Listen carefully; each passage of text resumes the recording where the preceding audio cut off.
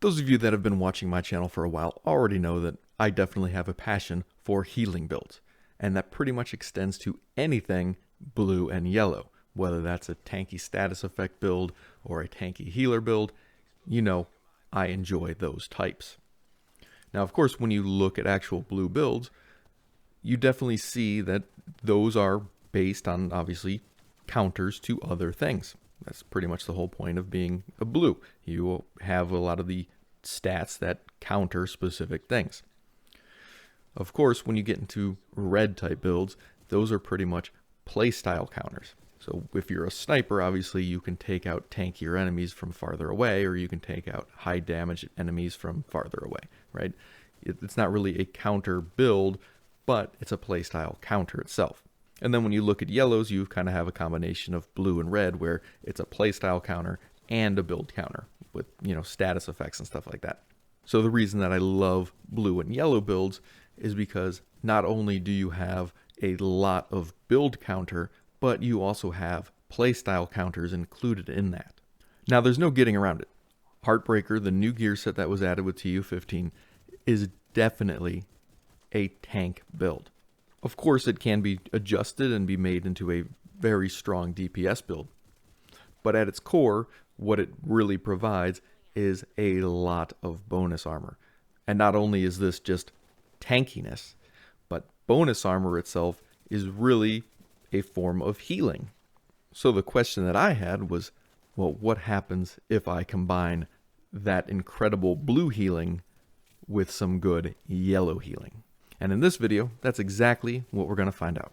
Now, one of the topics that I've talked about in the past has been heal stacking, right? The ability to get healing stronger than you normally could by increasing the diversity of the rolls that you actually have on your gear. And this is, again, very similar to how weapon damage works. The more different sources of weapon damage you have, weapon damage, total weapon damage, amplified weapon damage, crit damage, headshot damage, whatever, the more sources you have, the more damage you do. Just like healing, when you include skill tier, repair skills, incoming repair, you get stronger healing. This allows you to have an effective build that isn't fully dedicated to skill tier and can't actually take a hit. If you only have like 700,000 armor, I mean, you can get blasted through before you can even heal yourself, so it doesn't really matter how much healing you have. Right? And if you're trying to heal your allies while they're tanking, you generally need to be close enough to risk getting shot. And again, if you can't take hits, well, of course, you're going to be the first one to drop, and then no one's going to get healing at all.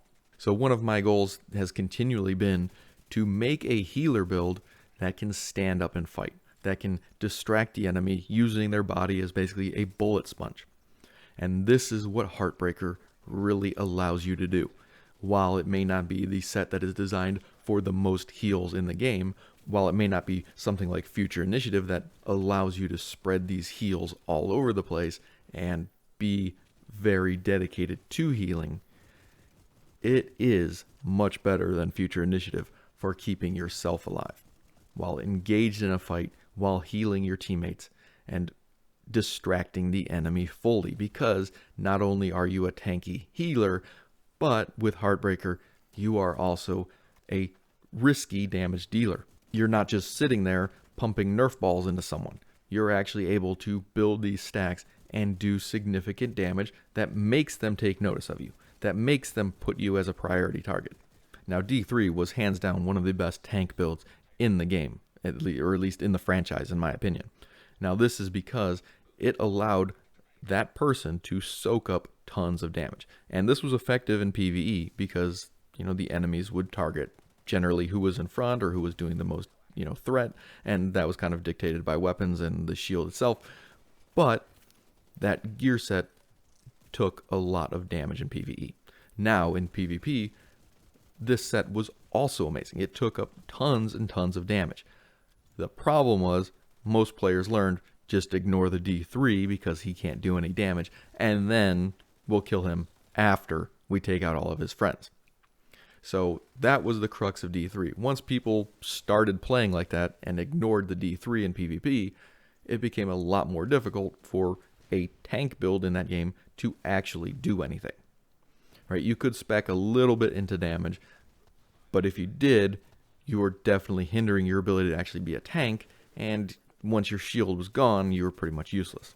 Like I've been saying, this allows you to get this bonus armor, to be that tank, right? In addition to the high armor that you should probably already have with this build.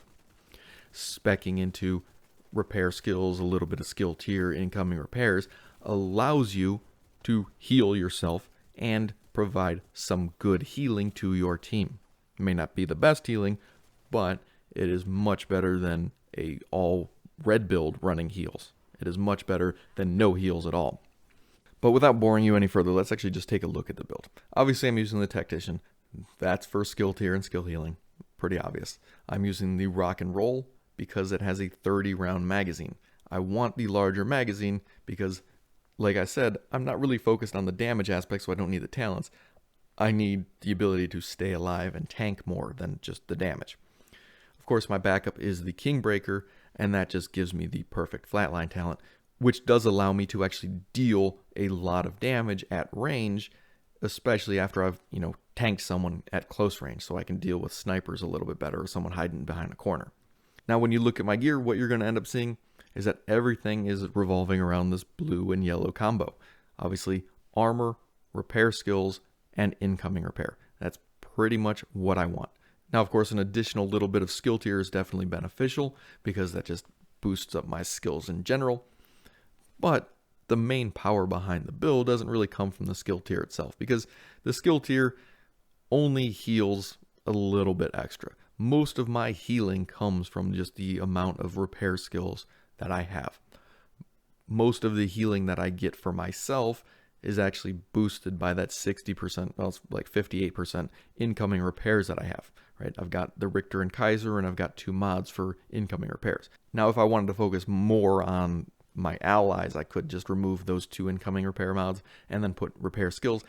But I think overall the biggest benefit comes from just being able to heal myself better, because obviously my chem launcher does give my allies a lot more healing than it does me. So when I drop that for them, it's a lot more beneficial. So I think incoming repairs for me is a lot more important.